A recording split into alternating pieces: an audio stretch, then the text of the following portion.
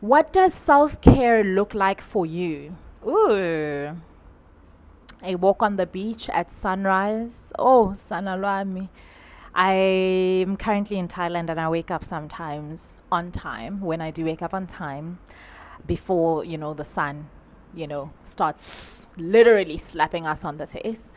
When I wake up on time just before sunrise and I take a walk to the promenade and just walk and just walk. I can walk like 8 to 10 kilometers, like just just walking, meeting people, smiling with people, laughing with people, just being myself, being silly. I love a good walk on the beach at sunrise, on the beach or by the beach at sunrise.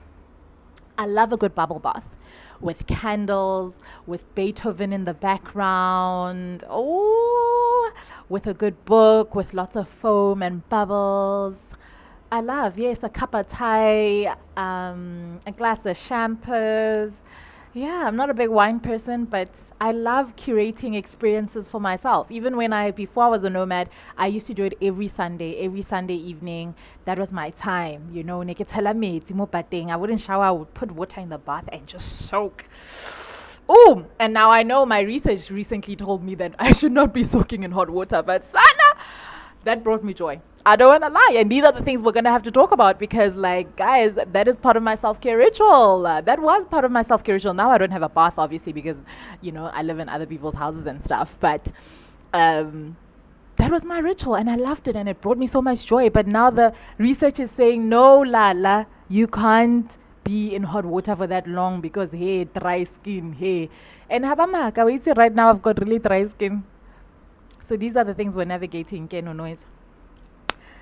Yeah, I do love a Kit Kat after a long day while watching a K drama. Grom. I really love a good salad in summer. Oof. I went to Boracay Island in the Philippines and I had the best salad I've ever tasted. There's a shop here called Salad Factory. I went there. Oh my goodness. Oh my goodness. Just mwah, creme de la creme. Um, I love good sleep. I love good sleep. You know the kind where you wake up and you're like, yo, like you immediately know that was good sleep. I love good sleep. I love learning a new choreography and nailing it. So when I was much younger, I used to dance, and I loved dancing so much. And I've kind of started dancing again on my own in private. And it's just a way for me to move my body, really, because on some days I don't feel like going to the gym, or sometimes I don't have access to a gym, and so and then some days I'm too lazy to walk outside because it gets really hot here.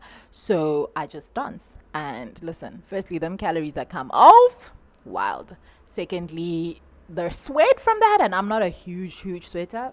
Yeah. And then it's just fun. It's just nice. And I love the feeling of being like, yo, this choreography looks too difficult in the beginning. And then nailing it at the end. And I'm like, look at you. Come on, somebody hire her as a dancer. Come on.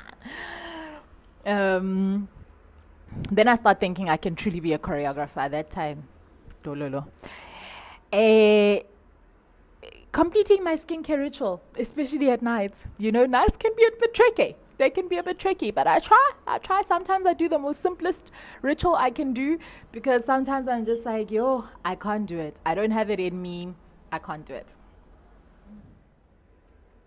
Talking to God about the most random things. Again, one of the things I've learned in my latest discovery on my journey with God is that like I can talk to him about nothing and everything, and it's nice. And sometimes I talk to him about the most random thing while I'm like in a restaurant sitting by myself or walking in the street, and people look at me like I'm crazy, but it's fine.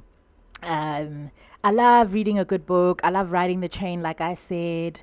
I love writing. In the mornings, one of the first things I do is I write. Either I write or I journal, which is a different process in both, but I write. I used to love painting. I would love to paint again. I just don't have accessories while traveling, and it's just too much to carry. So I don't paint currently. And I love creating. I love the process of creating anything. Anything. I love the process of creating. Um, yeah, like self care for me is dynamic because I am a nomad and I move around a lot. And so it's a dynamic process. And all of these things bring me joy, and there's so many other things. They bring me joy, they energize me and leave me feeling centered. And so when I do these things, it's kind of a way for me to bring myself towards myself and just, kind of get out of the chaos that is in the world and kind of go, be here. Let's bring it back to the important stuff. Let's bring it back to basics. And so, yeah, self-care that's self-care for me. Next question is, what challenges or torments you about self-care or self-love? It actually took me a while to respond to this. Words like no, words like I am not able to, or I am not available, I cannot, I can't, I don't want to, it's not something that aligns with my core values. I find it a lot easier to articulate myself and to say no to things in settings where I'm not being engaged by external people. But when I'm being engaged by someone within my tribe, which I mentioned earlier is a whole host of people, I find it very difficult to say no. I find it very difficult to say, you know what, I'm not able to, I don't have the capacity for this. And capacity not just always in time, but capacity sometimes just mentally and emotionally, and even spiritually at times, to engage in something or to engage someone.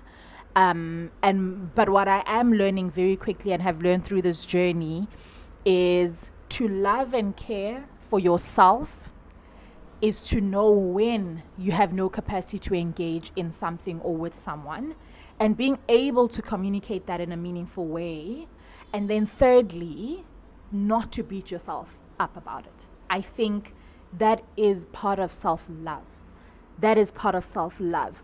And I'll define self-love a little bit later, but part of self-love is knowing I'm not in the state of mind for this right now.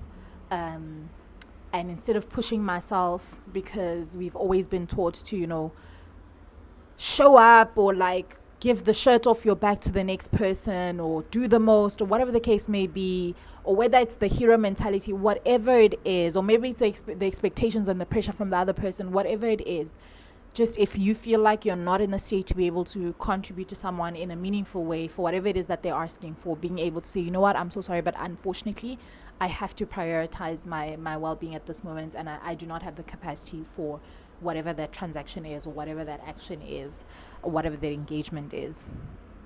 And to not beat yourself up about that, which is super important, because anytime I've said no to something or to someone, I find myself just completely guilt-ridden, unable.